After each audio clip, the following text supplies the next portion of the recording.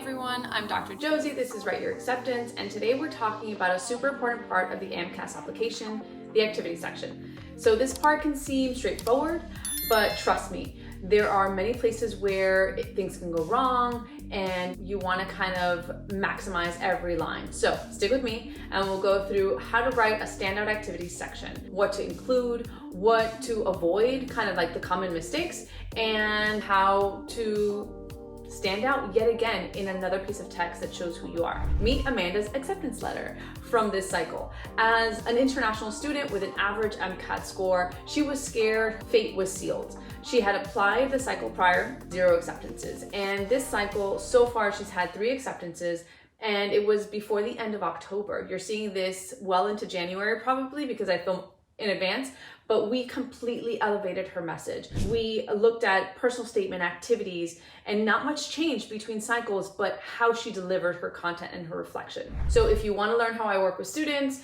definitely grab your spot on my calendar in the description below. So the activity section is just yet another chance for medical schools to really kind of spend some time with you, to learn about what you're passionate about, to learn about what you've intentionally sought out from an experiential perspective. Let's break it down and make sure you're showcasing your best self. So the first big mistake I see all the time is students just listing their activities without providing context or reflection. It sounds like a resume or they're doing bullet points. Don't turn this section into a resume dump, right? So example, one student I worked with simply wrote in the first draft, volunteer at free clinic, helped with administrative tasks, and continued there as if that was enough and that was okay because this was a resume. And okay, that's fine, but doesn't tell me anything about what made this meaningful, what did you learn, how you made an impact, right? It's too basic. Admissions committees won't get a sense of who you are. Anybody could do administrative tasks. And I'm sure you did those, but I'm sure there were quiet moments too that can show a little bit more reflection. So here's how we revised it. Volunteer at free clinic. That was the name that goes on top of the heading, so you don't eat characters in the actual paragraph, right? And the blurb started something like, I assisted with patient intake, managed medical forms, and provided translational services in Spanish, or for Spanish-speaking patients. Then one quick example, and then this experience deepened my understanding of healthcare disparities and strengthened my commitment to providing compassionate, accessible care to underserved populations. So you can say something about the administrative tasks, really kind of detail those out, give a patient kind of example or something that you did specifically to you, and then why it was valuable. Always ask yourself, what did this activity teach me? How did it connect to my journey of medicine? And how did I make a contribution? You will not answer all of them in 700 characters, but they should be like your barometer to test how strong that answer is for each of the 15. Now let's talk about the different types of activities. You have up to 15 entries, right? And you want to be strategic as to how you fill them out. So here are the categories. Clinical experience, paid or volunteer. These are your direct patient experiences. EMT work, volunteering at a hospital, shadowing physicians. Admissions committees want to know how you spent your time within clinical settings. So this should be front and center, for me at least. Number 2 is research. If you've done research, whether it be clinical, lab-based, this is a great way to show intellectual curiosity, commitment to advancing medical knowledge. Be sure to explain what role you played within the research, right? Number 3 for me is service to others. Medical schools love applicants who care about their community, who care about narrowing inequities, right? And so show how you've committed to your local outreach, to giving back, whether that's tutoring, working at a food bank, or organizing health fairs. The opportunities are endless, right? Leadership is another one. If you've taken on leadership roles like being club president or leading a project, highlight those.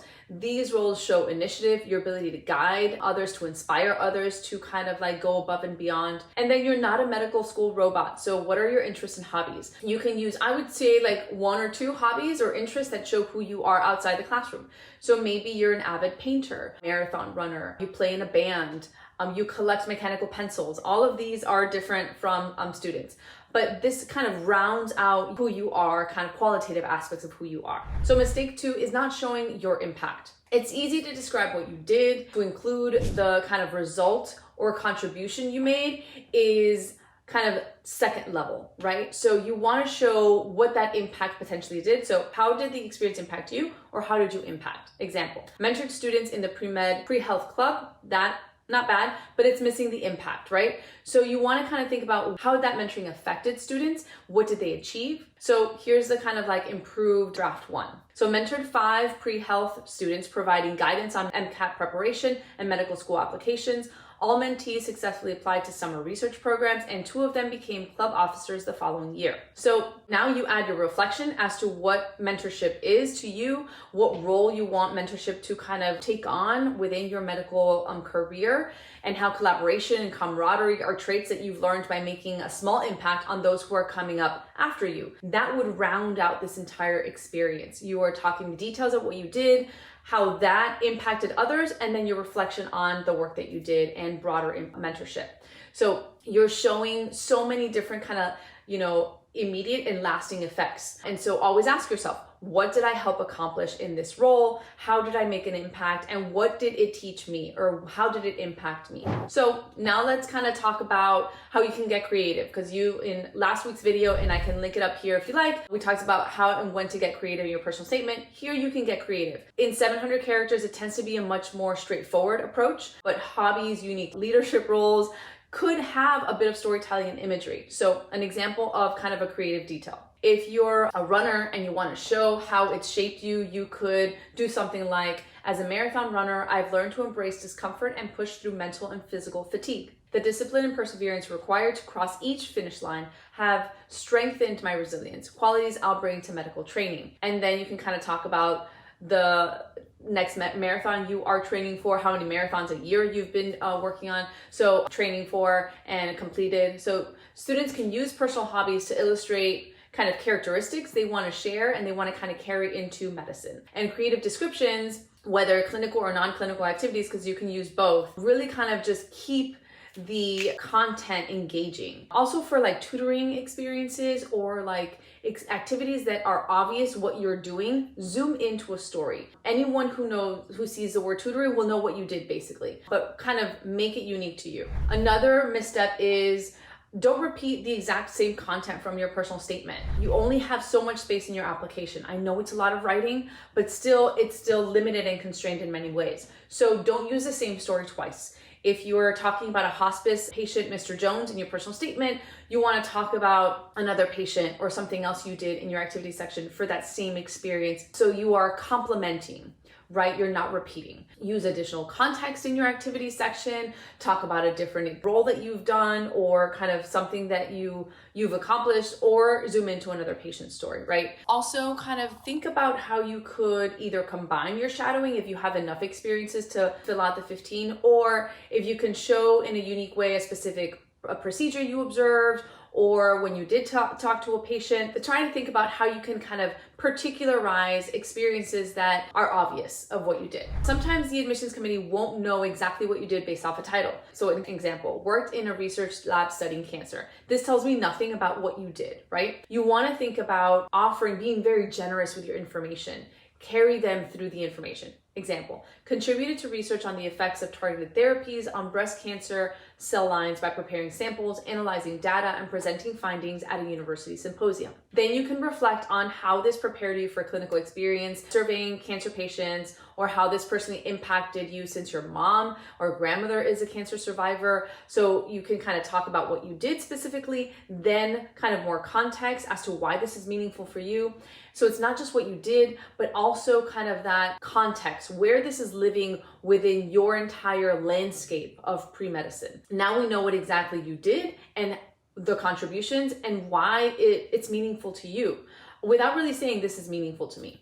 Do you want to learn how I work with students and how we could potentially work together?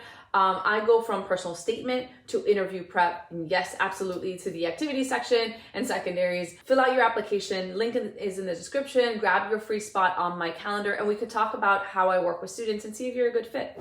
Finally, don't overinflate your role. This is another mistake. Be honest about what you did. Admissions committees can tell when you're exaggerating, and it won't really reflect well on your application, right? So one student I had wrote, managed the entire lab, led projects, and made key decisions about experimental design. But when we dug a little deeper, they were actually a research assistant, which is totally fine and amazing experience for where they're going, right? For their next step. So we kind of amended what they had which was more like an emotional impulse, and said something like supported lab operations by assisting with data collection and conducting independent literature reviews. I worked closely with the lead researcher to refine experimental protocols. Then they went into an example like that, and then they went into why this was meaningful to them. So admissions committees really value honesty, reflection, and yes, you want to show yourself in the best light, but you also want to show yourself in an authentic light, because that's really going to carry you forth in the most impactful way. So to recap, don't just list your activities, right?